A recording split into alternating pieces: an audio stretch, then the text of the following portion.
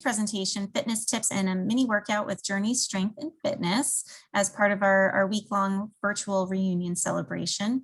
Before I introduce our speaker, Molly, I'd like to just go over a few items. We do have the audience mute feature in place this morning, just so no background noises interrupt our session. But we invite you, it looks like everyone has their full names. Please feel free to also add your class year to your name so that you can see who is joining you. And if you're not familiar with Zoom, keep in mind that there are different views. So up in the top right corner of your screen, you can choose a gallery view to see everyone or speaker view to see the person speaking. So I know Molly is going to go over some fitness tips. So you may want to go into that speaker view or pin Molly as the speaker so you can see her in a large enough screen to follow along. And of course, we do welcome questions and just encourage you to use the chat feature located at the bottom of your screen to type in any questions or comments that you may have. Please feel free to drop those into the chat anytime, and we'll work those into the conversation to make sure that your questions are answered. We are recording this session so that others can access it at a later point, so just keep that in mind as well. And now I'd like to introduce our speaker. It's such a pleasure to introduce Molly Sunderlin. Molly's athletic and career journeys have helped her to fine-tune skills and strengths, allowing her to connect with a variety of people through fitness training, motivation, and goal setting. With over 20 years experience in teaching, coaching, and counseling, combined with competition in Division I collegiate track, cross country, and road racing as an adult, she brings to you a passion for health, fitness, and finding your strength. Before starting her own fitness training business, Journey, Strength, and Fitness, Molly worked as a career counselor in the Gateway Career Center for more than 13 years, where she loved connecting with and coaching students and alumni both. So Molly, I'll hand it over to you. Thank you, Melissa. Good morning, everybody. I am Molly, and I'm glad to be here with all of you guys today. I'm looking today as kind of like a hybrid type workshop. So I'd like to definitely do kind of a mini workout with you, something that you could use, and we'll talk about this concept of movement breaks throughout the day and this term of exercise snacking, if you've ever heard of it. But in addition to doing that, I would love to just talk generally about fitness tips, adherence, creating new routines. I also would love to give you like some other tangible takeaways. I personally love working with people on making sure they have proper form and things. And so I would love to do kind of a tutorial on proper squatting form and proper plank forms today with you, if that would be helpful. So if anyone wants to share a reason or type in the chat box, what sort of compelled you to join this. Not everyone needs to do that, but if you'd like to, that can help me to kind of tailor what we're talking about today. But as Melissa said, this is actually a fairly technically a new career for me, but something that has been like a mesh of so many things that I've done in my life. And so I worked in the Gateway Career Center for a long time as a career counselor with Melissa, and of course collaborated with Chris on all sorts of things. I had been a teacher, I'd been a track and field coach, and I began to think about the advice that I was giving to students in the Career Center about loving and being passionate about what you do, and realizing how much I would love to be able to mesh what I was always talking with people about in my free time, which was fitness and health. And, at the water cooler in the career office, I would be talking with people about what they were doing in the gym. And so it kind of all came together that I felt like this was sort of my purpose to be working with people to develop healthy habits and to get stronger and to feel powerful and feel like they can do the things they want to do in their lives. So I am my job now, I own my own business and I'm a fitness trainer. So I work mostly with people one-on-one. Of course, it's been a lot of virtual over the last year, but increasingly in person now. I've just repurposed my garage as my studio, which has been awesome. And it's working really, really well right now. But I work with adults, I work with children, I work with people who are new to fitness, I work with athletes, and I love all those sort of different pieces of it because everyone has a different set of goals. Everyone wants to, everyone's approaching this from a different angle.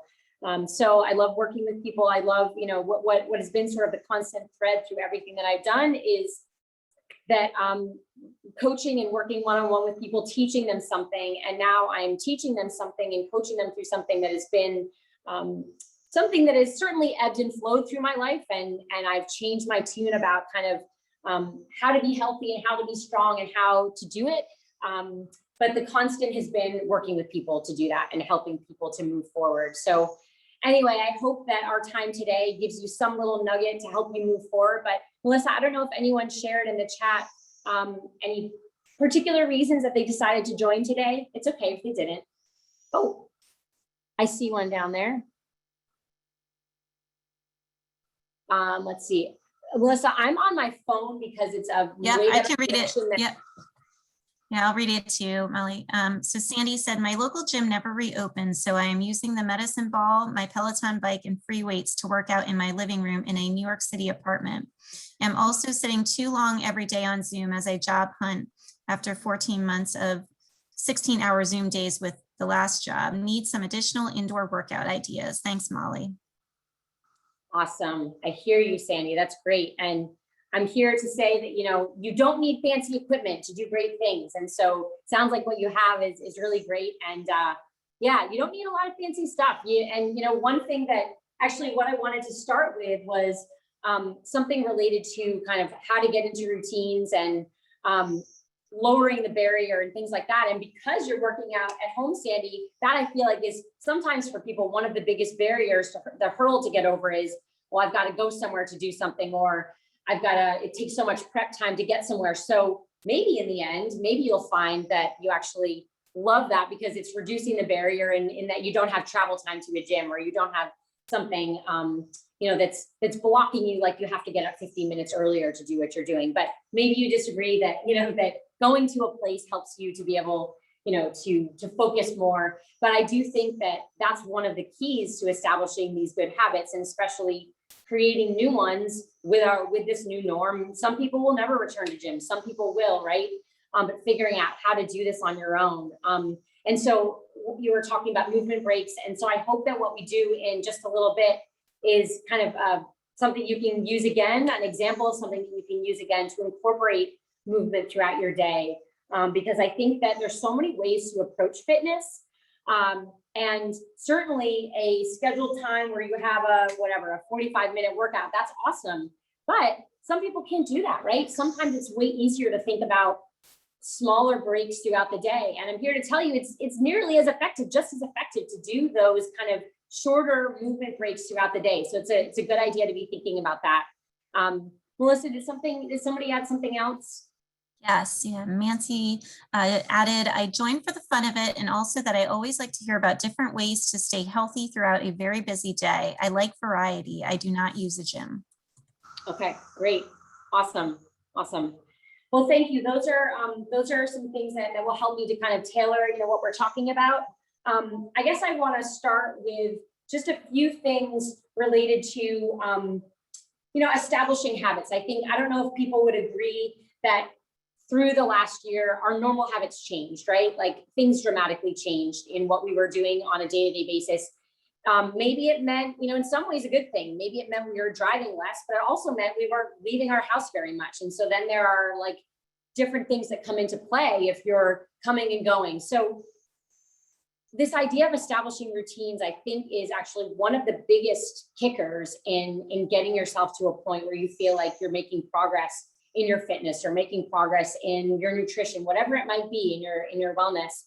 Because if people would agree that whether it's a good habit or a bad habit, the more we do something, the better we get at doing that thing, right? So it could be a good thing that we get really good at doing, or it could be something that's not so healthy for us that we get really good at doing. Because the more we do it, the more we're making that neural pathway really, really easy, to cross and to create. And so the more times we do something, the easier it is to keep doing it. So the first thing I want to share is that if you're finding yourself in a position where you feel challenged about developing a new routine, know that, that starting part is really the hardest part. And I think that if you, push yourself through those first, couple of weeks of something, and then look back on it and say, wow, I feel really different in terms of my ability to, believe in myself that I'll keep doing this, after a couple of weeks of doing it consistently. But that starting is the hardest part.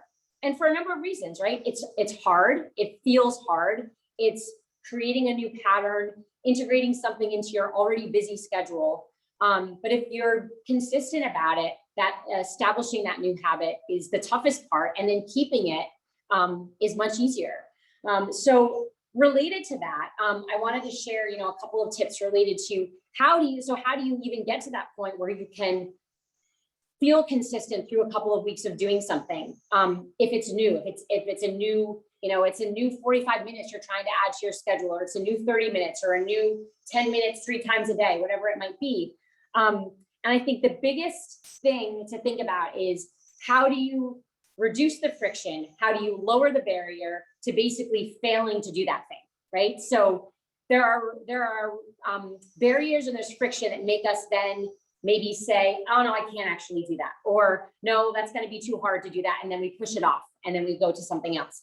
So if you think about the things in your life that you think what are those barriers? What are those things that cause friction?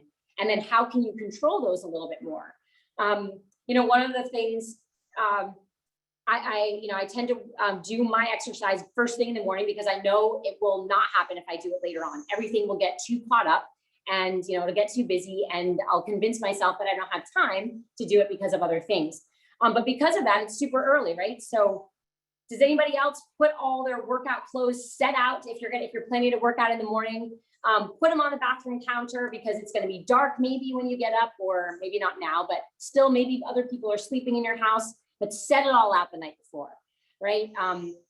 Set everything out on the shelf, get the coffee set up, have your water bottle already filled, so that then there's no reason when your alarm goes off to say, but I still have to find what clothes I'm going to wear. I still need to find my water bottle. I don't know where it is. Reduce the barrier, lower the friction, get those easy things out of the way. And I just find that helps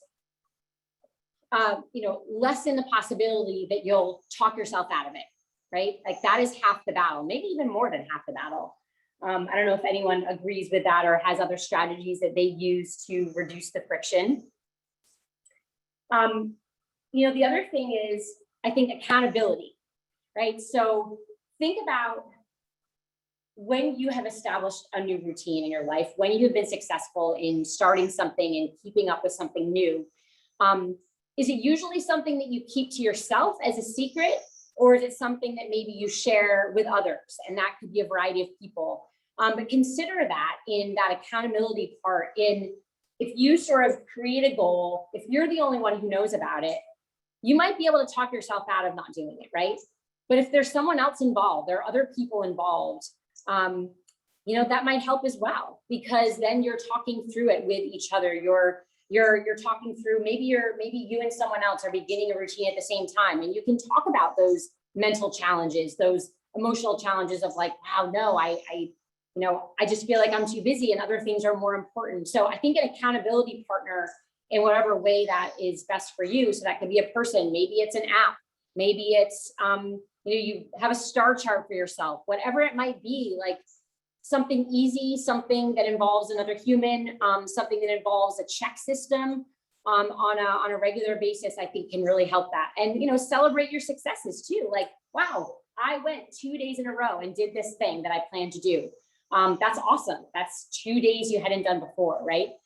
So I think accountability, reducing the barrier, because that consistency, it sounds so simple, right? That establishing a habit, it's all about keeping that habit going. I'll recommend a podcast kind of related to this. So people have probably heard of the Hidden Brain podcast, that there's an episode of the Hidden Brain podcast that is it's called Creatures of Habit. Listen to it. It's great. It talks a lot about this sort of the friction piece, the reducing the barrier. So Hidden Brain, Creatures of Habit, highly recommend it, but kind of related to what we were talking about. Okay, so I think I've been talking for too long. I think we need to take a movement break. So I would love to kind of work you guys through an example of something that is simple, doesn't require any equipment, and you know, is going to get you moving. So it's something that what we're going to do, I'm going to do it with you. We're going to change exercises about every 30 seconds. We're going to have about 15 seconds rest between. What we're going to do together is something that you could go through once, you could go through twice. Maybe you know, reduce or you increase the time that you do it through. Maybe you say, all right, I'm going to try to 3 times today have some sort of a 10-minute movement break. Maybe it's a brisk walk. Maybe it's something that we do together today. But let's do that, because I mean, even though I'm sitting on this exercise ball, which I would also highly recommend instead of a chair, by the way, if you're working still at home, or even if you're at a desk in an office, try an exercise ball, because it's going to help you with, you know, stabilizing your core as you're sitting. And it's, you know, kind of comfy. Melissa, is there anything that I need to know from the chat box before we do that? I'll just quickly share. Colleen shared that she joined because exercise is her mental health break and always looking for ways to feel motivated. Also, to shamelessly plug, joining the reunion Peloton rides this week. And she also shared that she loves the reducing the friction idea. She says, I do lay my clothes out and put my workouts on my work personal calendar, which I love that idea. My work and husband knows they are block time I dedicate to me. That's awesome. That's another great tip, is put your time on the calendar, right? It is just as important as everything else. Not like where I can fit it in. It is an appointment, and you owe it to yourself to keep that appointment, right? Put it on your calendar. I love that. All right, cool. Thank you, Melissa. All right, let's stand up, everybody. So like I said, what I wanted to share today, and I'm zooming to you from my studio, my gym, my garage studio. I wanted to do a kind of just a movement break that doesn't require a lot of stuff. Something that is gonna work your whole body. I'll offer kind of modifications for different things.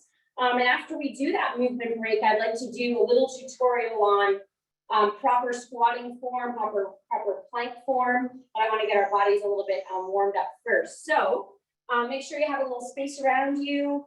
And let's begin with some arm circles and knee lifts. So nice big arm circles, nice big knee lifts. As you're doing these knee lifts, I want you to think about keeping your shoulders right up above your hips, keeping your torso tall.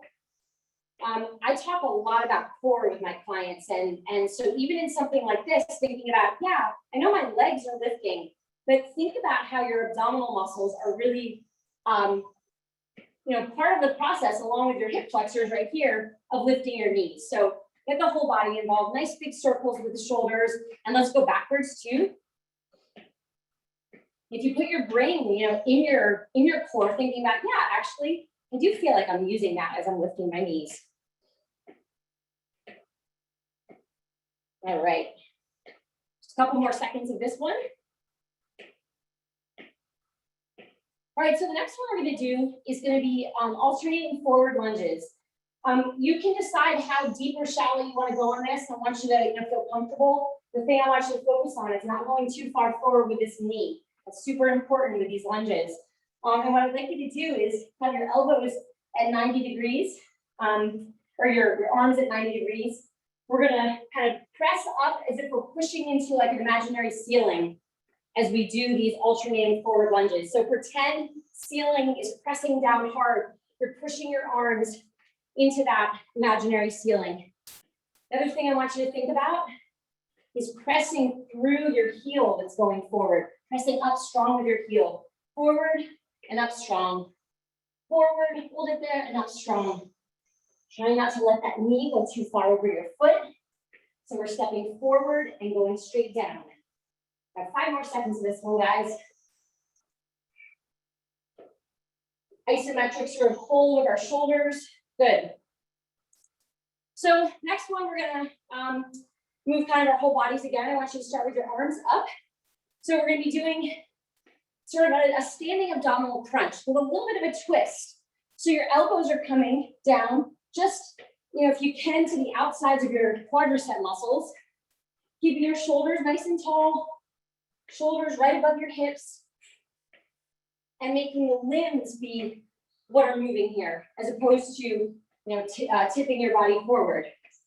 And feel how, because you're bringing your limbs together, again, those abdominal muscles are involved, right?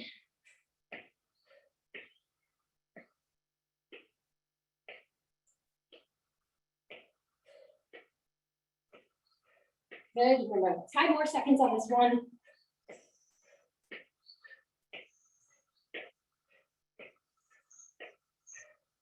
Good, all right. And I'm thinking maybe I should have done the tutorial first, but it's okay, because I did put squats into this. As we do these squats, I'm going to talk to you about some things which we'll go over more in detail later. Most important things to think about when you're doing squats is that you want your weight to be behind you. Okay, so think about that first. You do these squats together. I want your feet to be about shoulder width apart. I want your toes and knees to be pointed forward. I want you to think about sitting into an imaginary chair. So there's temptation sometimes to go forward like this in a squat. You have to hinge your hips back first before you go into that squat. You don't have to go really super deep. Like I said, after we run through this, this routine, I'm going to do a more in-depth tutorial on squats. But for now, thinking about you're sitting into an imaginary chair, your eyes are staying high, counterbalancing with your arms. If anything, your toes come off the ground because your weight is deep into your heels. All right, great, awesome. So we're now going to do some version of a plank position. So there's a lot of ways to do this. If you're new to planks, I would recommend putting your hands on like an elevated surface, like a couch, or even on a wall. You can be in a plank position from a wall. You can be in a plank position from an elevated surface. I have a box here or a couch, or you can do it from the floor. So depending on your level, I would find a wall, a box, or the floor. And so what we're going to do in that plank position, and by the way, you can also be from your knees. So you can be on your knees with a nice big extension, hands underneath your shoulders. And as you are in this position, we're going to be tapping wide with our knee or tapping wide with our toe. As you're thinking about this, again, we'll talk really more in depth about plank position, but I do want you to think about supporting your back here. It can be from here, it can be from a wall, using our core, trying to touch nearly every part of the body in this movement break. And we're gonna rest down to the knees. Good. I'm gonna grab a quick drink. I feel like it's super sticky today. All right, so next thing we're gonna do, we've done forward lunges before. We're gonna do a reverse lunge this time. And as you do this, we're gonna do a lateral shoulder raise. So we're going down in reverse and raising our shoulders to that imaginary ceiling again. Reverse to an imaginary ceiling, reverse. As you do this, I want you to have that same cue I talked about before, which is not allowing that knee to go over.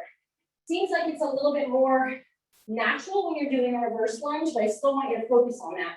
Your back knee does not need to go to the ground. I want you to press through that front heel. I want the arms to come up just to the shoulder level. Isometric hold again for the shoulders. Good, hold it there. Good, 5 more seconds of this one. Nicely done. Good, and good, best, awesome. So we're gonna go back to your choice of plank position. I'm gonna show you from the wall this time. So if you're doing a plank from the wall, you wanna get your toes nice and extended out to a point where you feel like, okay, I'm tipping my toes out, and now I feel my abdominal muscles have to work. More pressure in your feet than on your hands. And what we're gonna do is we're gonna lift vertically. You can do this from the floor, you can do this from a couch. We're doing vertical lifts. As you're doing that, I want you to think about using your gluteus maximus muscles. We're lifting, our foot is flexed, or from an elevated surface, like a couch or a box or a chair. Same thing, we're lifting with our glute muscles. Nicely done. Good, and rest. All right, we're gonna go back to another lunging position. Again, don't have to go super deep on this one. But what we're gonna do in this is we're gonna add a twisting motion. So we're gonna do a forward lunge. We're gonna twist in the direction of the knee that's forward. So twist to the right as we lunge with the right and back up. Left, twist to the left and back up. I want you to try to keep your arms, your elbows at the level of your shoulders as you do this.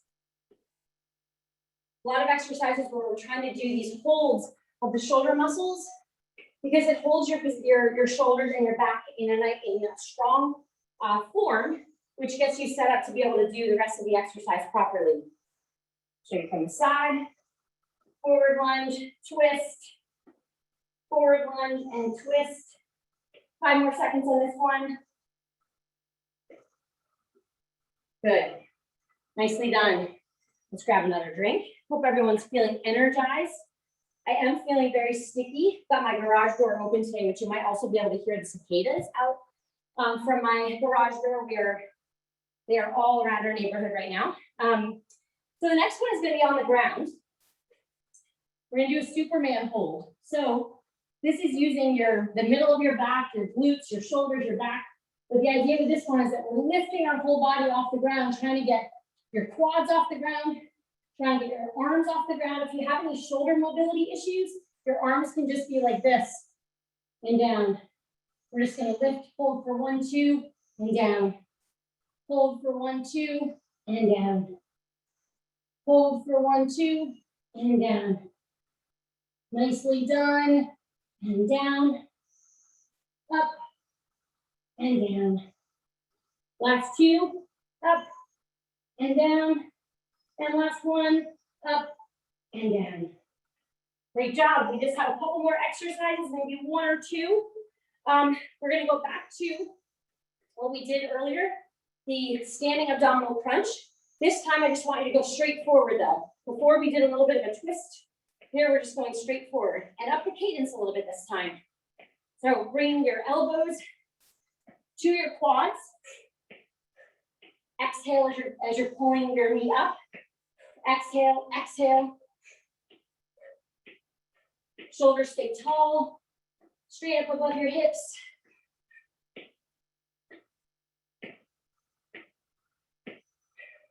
Nicely done.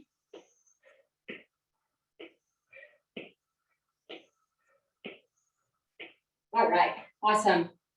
So, I don't know exactly how many minutes that was. Forgot to look at my watch at the exact start time, but we kind of worked on the whole body there from being in plank position. We were working on our shoulders and back. We were working on our legs in lunge and squat position. We were working on our core as we were in those plank positions. But you don't need fancy equipment to get your body moving. Maybe it's just because it's humid outside that I'm already super sweaty. But it's something that you can add to your day. So I will write down everything that we did today. If you want to use it as an example, I don't know the method, Melissa or Chris, that would be best to kind of share with people, but I'll write it all out. I'll kind of remind you what each of those exercises were. If you liked that or you liked a version of that, do it again. And it's something you probably see. I didn't mention this at the beginning, but I love working with people on strength-based workouts. Sometimes I think it's easier on your own to go for a walk or to go for a bike ride, focus more on that cardiovascular endurance. Strength stuff sometimes is harder for people, I think, because you have to think about what to do. But certainly as we age, and I know we have lots of ages here, but for anyone, as we age, it's super important to be thinking about adding a strength component to your fitness regime. Because unfortunately, we lose muscle automatically if we don't do something about it. And so I love working with people on that. And so think about how you could incorporate a strength focus. And it doesn't have to be with fancy things. Do a lot of things with resistance bands. Someone was asking, are knee bends bad for knees? Ooh, so we're going to do, when we do our little squat tutorial in a second, I'm going to talk about that. I just saw it pop up, Melissa. I don't know if there was more to it. Sometimes I'm not sure if I see the whole thing on my phone, but before we do the squat and the plank tutorial, Melissa, are there any other things that kind of popped up that I should know? No, Chris just let us know that she can share what you write up as an attachment in the app for everyone. And great. Yeah, and folks are happy about that. And you were able to see it was just our knee bends bad for knees. Okay, great, great. So very good question. I think I do have a lot of clients who maybe have had knee pain in the past for a variety of reasons. Maybe it's overuse. I think the key to that is actually sort of stabilizing around your knee. So it's not necessarily a blanket statement that bending your knee is bad for your knees, but if you have knee pain, then that's telling you something, right? So maybe you found that doing that forward lunge was painful. Maybe you found that doing a reverse lunge was painful. Maybe you found that doing a squat was painful. And so if I were working with you, I would definitely figure out ways to develop exercises to not have that pain. One example is I have some clients do squats up and down the wall with a big exercise ball because it puts less pressure. But I think if it's not bad for your knees to lunge or squat. It's actually good for them to build the muscles that support your knees. So I'm not a doctor. I'm not a physical therapist. Just disclaimer there. But what I have seen with working with clients, actually, I just was talking with someone last week who was having a lot of knee pain because she felt she had gotten out of shape. And then when she tried to do things, she was getting knee pain. We've been working a lot on doing exercises that don't cause her pain, and actually with bands, with resistance bands, which I mentioned a minute ago, doing a lot of things in lateral directions, which I'm a huge fan of if you do have knee pain, because the key to managing that knee pain is getting your quadricep muscles, your hamstrings, and your abductors and your adductors stronger so that they'll support your knees better. And so that might mean, as you're going through the initial process, that yeah, I would recommend doing things that are causing you intense pain for sure. But I'm not sure if that exactly answers your question, but I would say bending your knee, doing bends is not bad, but if it's causing pain, then you should figure out a different way to do it. Talk with someone to figure out a different way to do it. And then some exercises to develop the muscles that support the knee, and along with that flexibility. So I think usually that pain comes down to strength and flexibility. And so the stretching part is equally important as the building strength around the joints to support them. I'm not sure if that exactly answered your question. But so what I would love to kind of give you guys as another little takeaway related to kind of your fitness, and there are two things that, I personally think that squats, and that could be a modified squat if you're having knee pain. That could be a squat from, as I mentioned, using, if there is anybody out there having knee pain when they bend their knees, I would recommend getting a ball like this, find a wall, and if you go into a squat position like this, up and down, where your knees can't actually go forward, see if you're able to make that motion without pain. And pushing through the heels, it's a great way to actually learn how to squat and get the muscles that are involved in a squat and a lunge activated. So try it with a ball up and down, see if you're able to stabilize yourself to not actually cause knee pain. So let's talk a little bit more about squats, because I think they are, you see them in every, article or, videos that go about, working out, and that's because they work so many muscles in the body at the same time. So maybe these couple minutes talking about squats might help you in your form.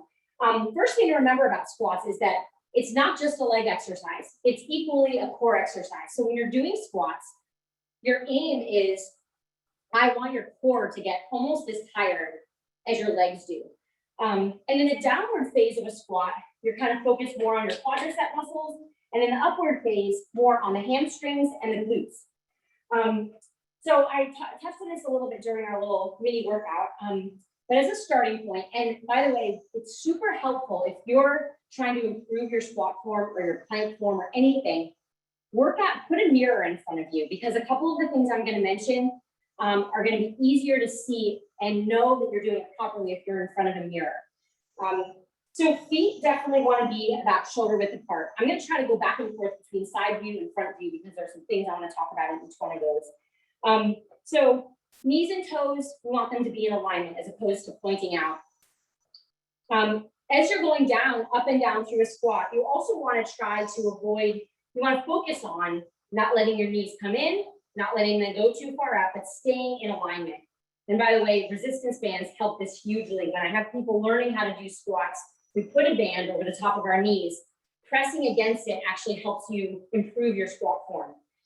So another thing to think about is what we touched on a few minutes ago, which was the weight being sort of behind you. So I'm going to give, I gave a cue of pretending that you're sitting in a chair. I actually think a better cue, even though it's a little bit vulgar, is that you are hovering over a public toilet that you don't particularly want to sit on. Okay, so that's kind of what I want you to think about. In order to do that, the first thing you're gonna have to do is hinge your hips back. Okay, you're hinging your hips back so that your weight is already behind you. If anything, my toes are coming off the ground. And then if my hands were in front of your knees, imagine that you're gonna get your knees burned if you touch my hands, okay?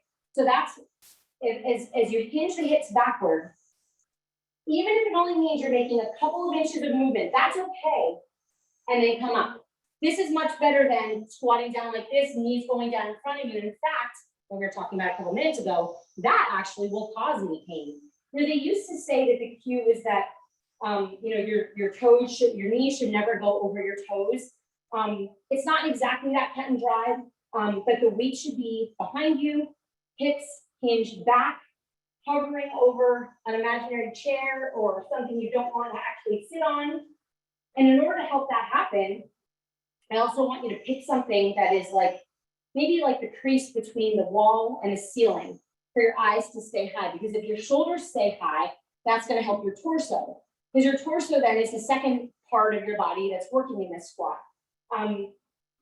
The cue that I want you to strive for is that your upper body and your lower leg should be parallel lines when you're at your low point.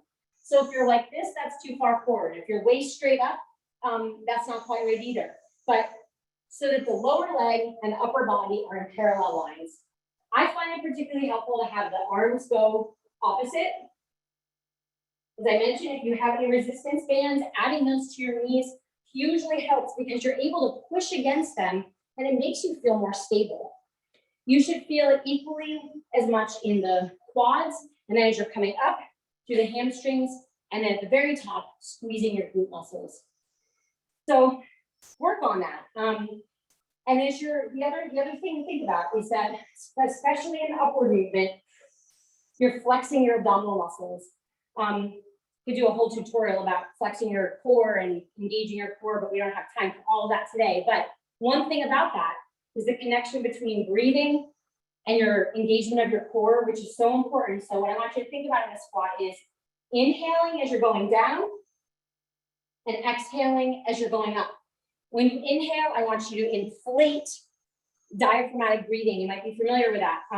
Inflate your diaphragm, and then exhale is gonna, you're gonna use your muscles to exhale, get rid of all the carbon dioxide as you come up through the squat. So inflating, inhale, exhaling, deflating. And as you're doing that, you're bringing your belly button toward your spine, you're flexing your abdominal muscles. Basically, you're using your muscles to breathe as opposed to up and down with your rib cage. So work on that.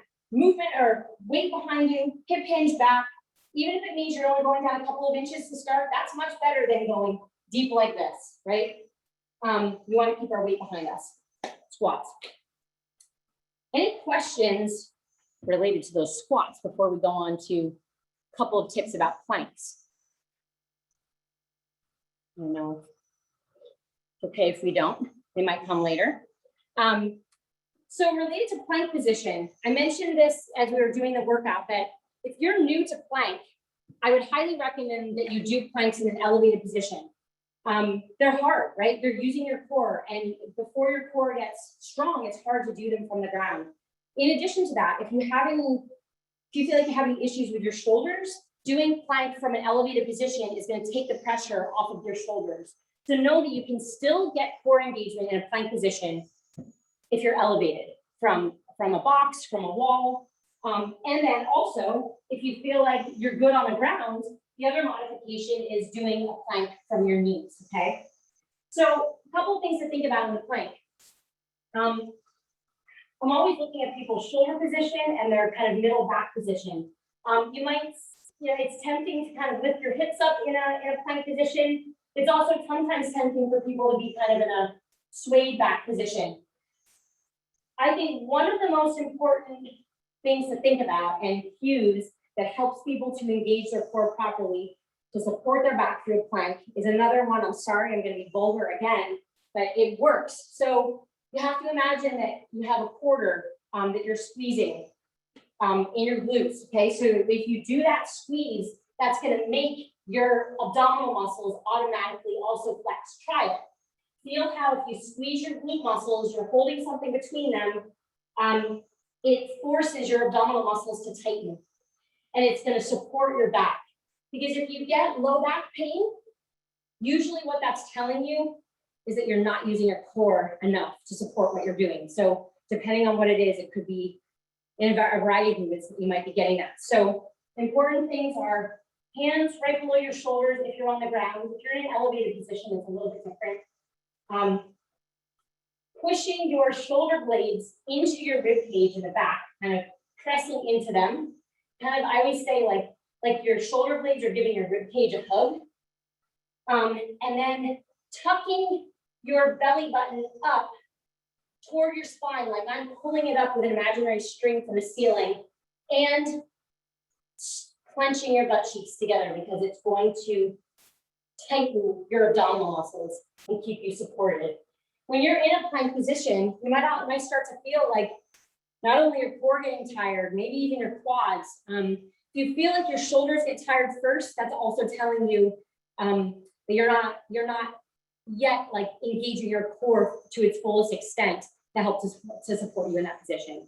Planks can be done in a high plank, forearm plank, but if you're new to planks, again, I would definitely recommend that elevated position from a couch, from a chair, from a wall.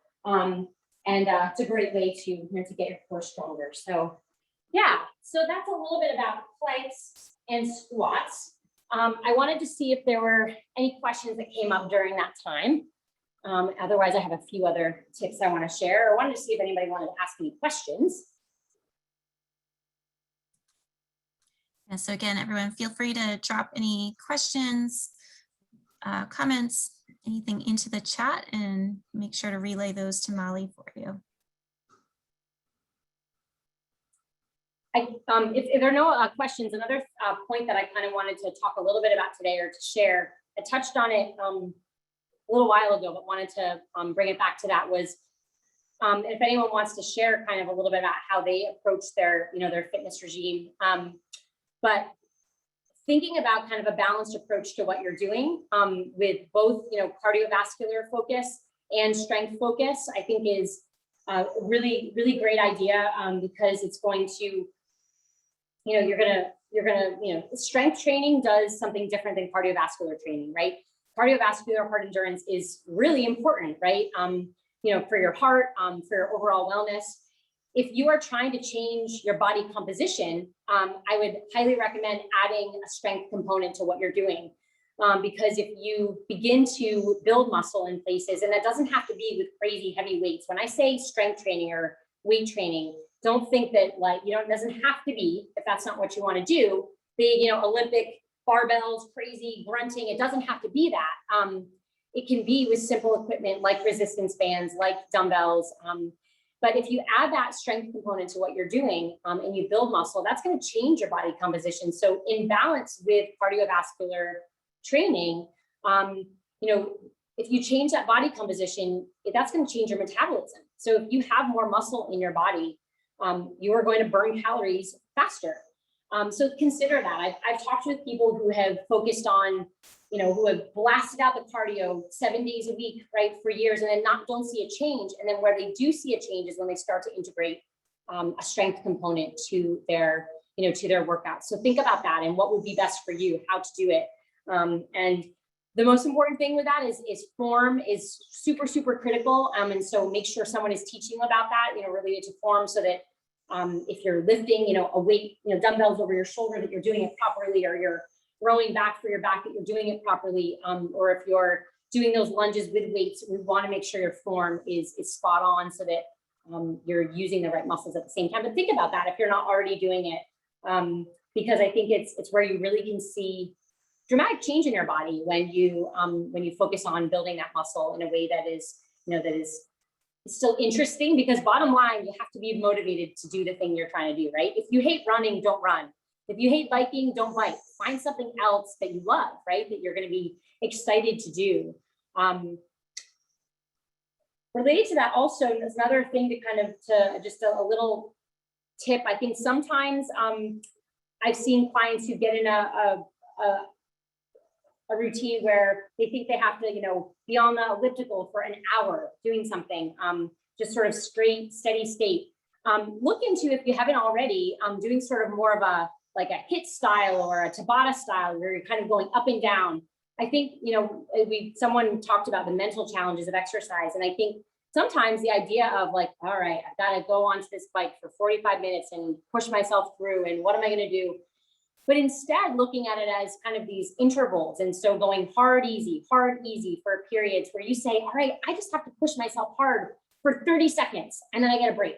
And then another 30 seconds and then I get a break, is a great way to mix it up, to make it interesting. And it's really great for you. There's this concept of polarized training where you're kind of, rather than being in kind of this middle zone all the time with your heart rate in particular, that you push yourself hard and then you go easy. You push yourself hard, you push yourself easy. And that could be looking at a particular workout in and of itself. That could be looking at your weekly schedule, like hard days, easier days, harder days, easier days, looking at a month.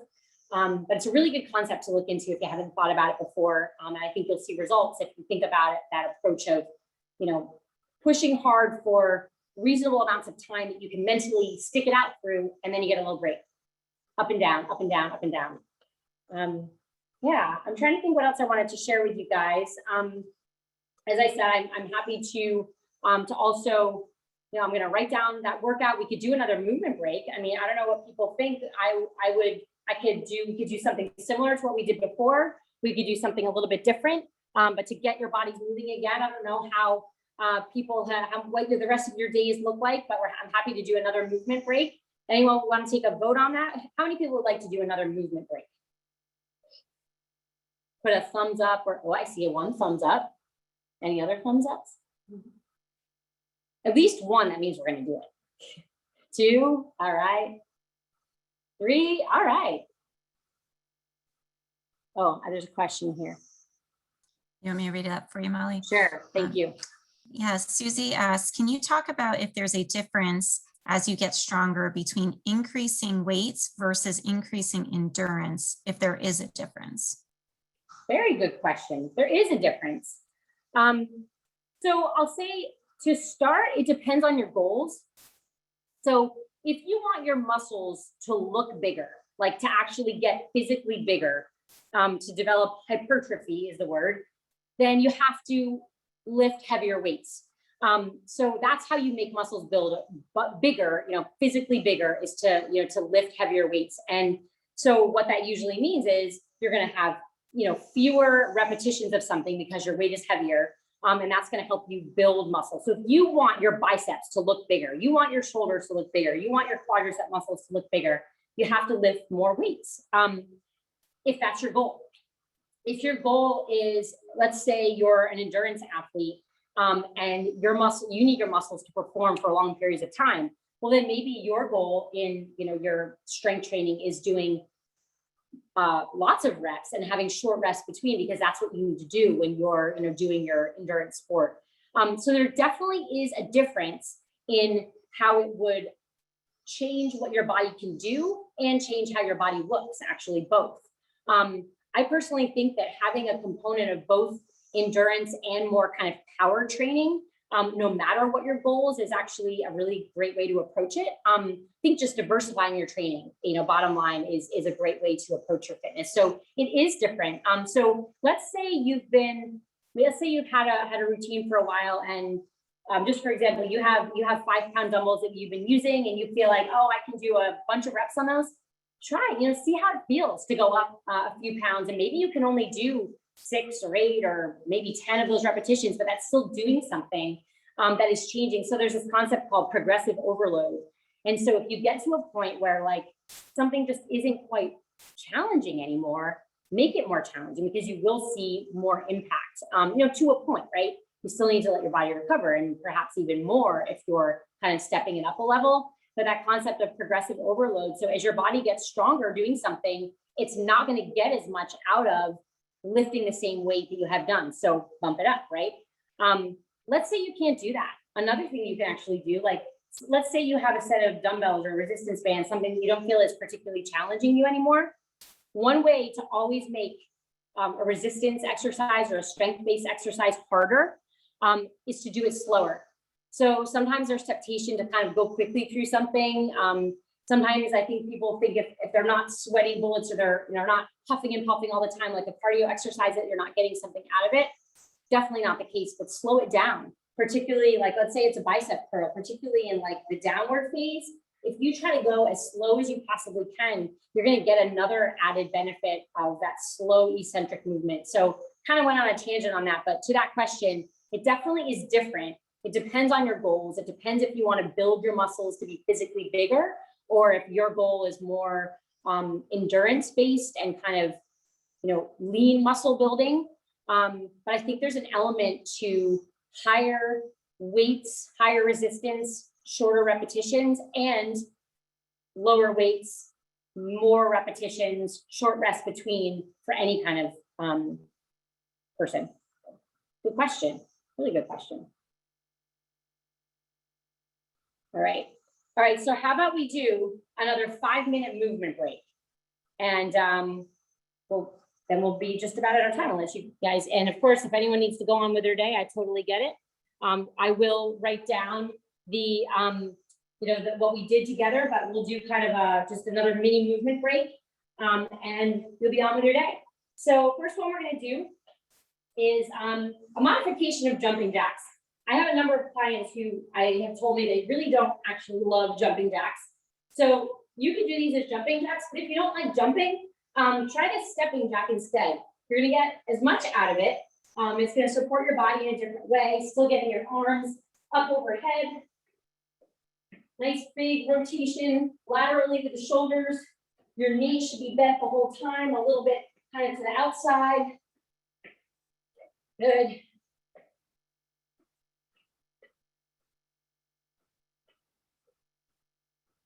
All right. Thinking about that kind of some of the lateral things we discussed today. We're going to do some lateral shuffles. As you're doing this, want your knees to stay kind of a bend almost the whole time. And making tiny little steps to the side, but keeping your stance wide. The tiny little steps, the ground's on fire. Good.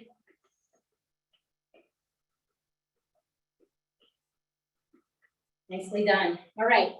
We're going to do now another kind of version of the shoulder isometric hold. So pretending that ceiling is coming down onto your shoulders, lifting those knees. I want you to hold them both up there for a second. Hold, hold, force yourself to stay tall. Concentrate for a second. Use many muscles to keep that knee lifted.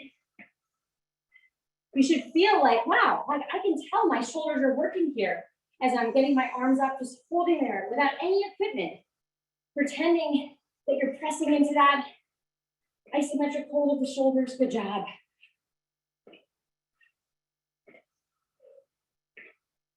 Good. All right, another one. Love this exercise. So this one, we're not actually moving our feet at all. We're just, I call them leaning lunges. So we're putting our opposite hand toward the knee. And we're getting a little bit of a lunge to the side each time. Just like in a squat, I want you to think of your weight being behind you. I want your glutes to go behind you.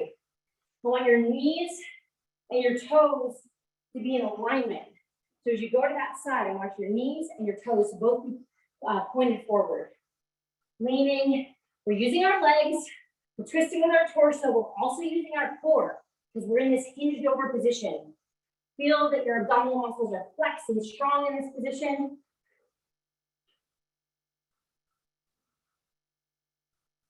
Good. Nicely done. All right, next one, we're going to do knee lifts. So there's a variety of ways you can do this. We can just do marching, high knees from, flat foot.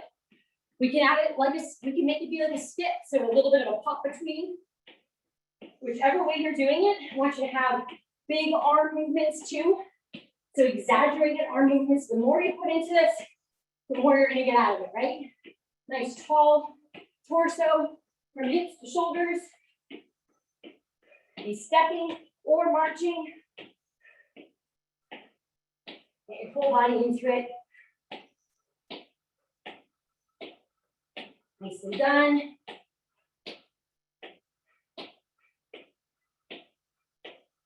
And since we practiced it, let's end one more time with some body weight squats, thinking about those things we discussed. So hip hinge back, weight in your heels, arms going forward, eyes are high, good, and back up. Inhale down, exhale up. Inhale down, exhale up. Inhale down, exhale up, pressing. Imagine even if you don't have a band, you're pressing wide against that band and up. Knees and toes are both pointed forward, sitting into a chair. Weight is in your heels. Let you go slow, slow, slow down. A little bit more powerful up. Slow, slow down and powerful up. Good. Is your core getting tired? Are you using your core? Exhale as you come up. Flex the abdominals with the exhale. Do 3 more. 1, 2, and last one. 3. Awesome. So I didn't really build in time for stretches today, but stretching is super important. Yeah, thank you guys for joining today. It was fun to move and to chat and to hear the things that you do to help you to be successful. And yeah, if there's any other last questions? Yeah, we have one question come in, Molly. Do you do many isometrics and eccentrics to work on deceleration, change of direction / ACL health? Okay. Related to ACL health, that is a deep question. I have to think about that one a little bit. So the beginning part of the question was talking about the eccentric deceleration movement. So I'm just thinking about that part. But related to ACL, I'm not exactly sure. I could look into that. I'm not exactly sure. So I don't really know if I can answer that question. But for sure, the idea of the concept of the eccentric motion, let's say you're doing a bicep curl. This is the eccentric motion. Focusing on the deceleration of that eccentric motion is in any exercise is a really great idea. It's probably one of the things that actually would make you most sore after a workout. They say like delayed onset muscle soreness is related to that, like focusing on that eccentric movement. But I'm sorry that I don't know necessarily the answer to your question related to ACL. Yeah, I do have one more question before I pass that along. I just wanted to thank everyone for joining us this morning, especially thank you, Molly, for a great session. You're getting a whole bunch of comments in the chat thanking you for the session and the great mini workout. One last question I do have from Rob is, how do you add muscle definition? Strength training. Strength training, and I think that we were talking about that sort of I don't know if Rob, if you already do strength training, but to add muscle definition, I would think about how many repetitions you're doing of an exercise with weights. So let's say you're doing 12 to 15 repetitions, go up in weight and try to do 6 to 10. So then when you get to a point where, so if you want to see more definition, I think lift heavier weights, or if you're not doing any strength training at all, that would be, where to begin. And, there's a lot of ways to approach it from, how many repetitions you do, but to see muscle definition, strength training with either free weight dumbbells, with equipment that, they have in gyms that, they'll go through a whole circuit that shows you what you're working. So you might be sitting on a machine, or to resistance bands, or to some body weight exercises, though I think you'll see a change faster if you add an external component of adding resistance like bands or dumbbells or another piece of equipment. Another great way if you're trying to do things from home. So a resistance trainer or suspension trainer looks like this. So it hangs, you can hang it from like a hook, you can hang it in a doorway, but basically you're using your own body weight. But it's if you look up a suspension trainer, it's a great, easy way. It's actually not even that hard to travel with it either. You can get a full body workout with a suspension trainer. It's and a great way to add that resistance training to what you're doing. Thank you so much, Molly. All right, thank you, everybody. Everyone's past time. Yeah, thank you so much, Molly, for your time today and everyone for joining us. And I know Chris has added some information to the chat about accessing other reunion sessions. So we look forward to your continued participation this week. So wishing you all a wonderful day. Thank you, everybody. Have a good one.